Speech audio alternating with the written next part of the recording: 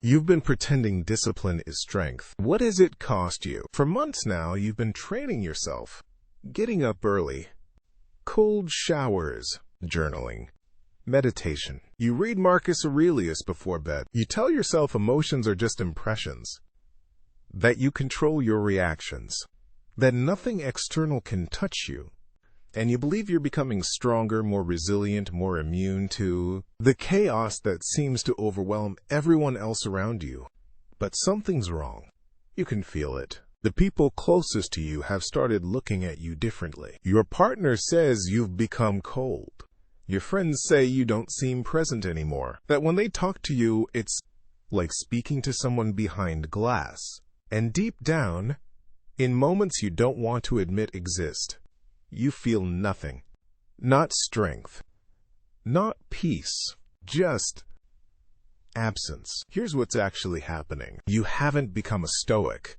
You've become a ghost. You've taken the language of philosophy and turned it into armor, not the kind that protects you, the kind that suffocates you. Marcus Aurelius Severus, the philosopher who spent decades studying what true discipline actually means, saw this pattern destroy more students than any vice ever could.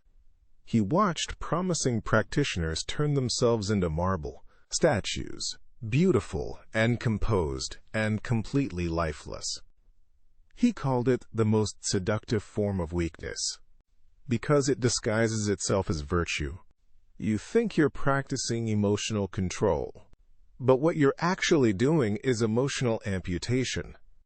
And the difference between those two things is the difference between strength and self-destruction. By the end of this, you'll know exactly why your Stoic practice has been quietly eroding your capacity to connect, to feel, to be fully human, and what the actual Stoics were trying to teach you instead.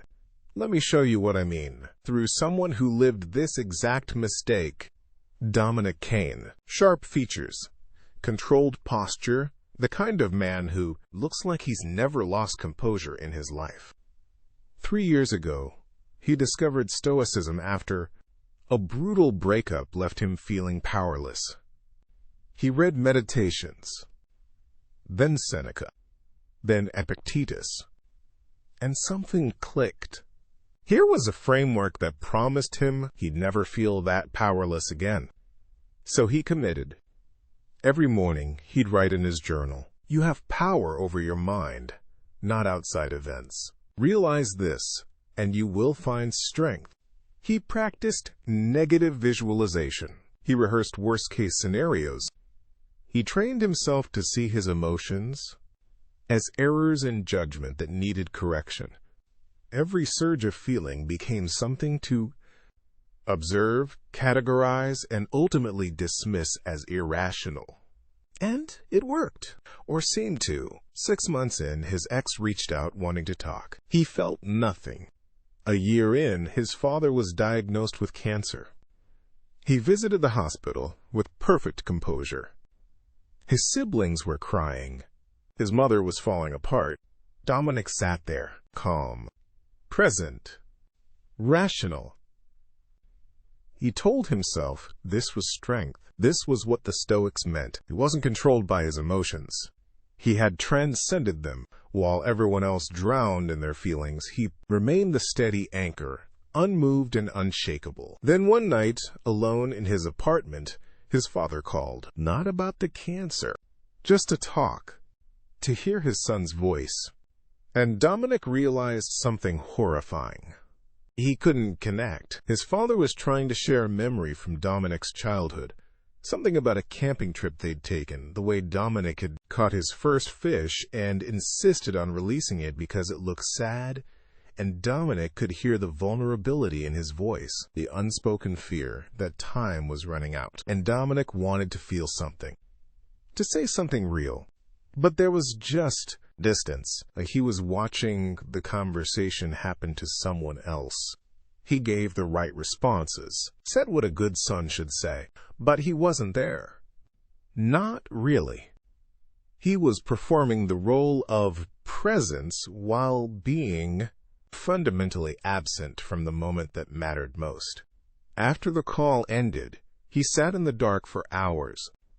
And for the first time in 2 years, he let himself ask the question he'd been avoiding. Had he become strong? Or had he just become numb? He went back to Marcus Aurelius that night. But this time he read differently, not looking for techniques to eliminate emotion, looking for what he'd missed. And he found it. The cucumber is bitter. Put it down. There are brambles in the path. Go around them. This is enough.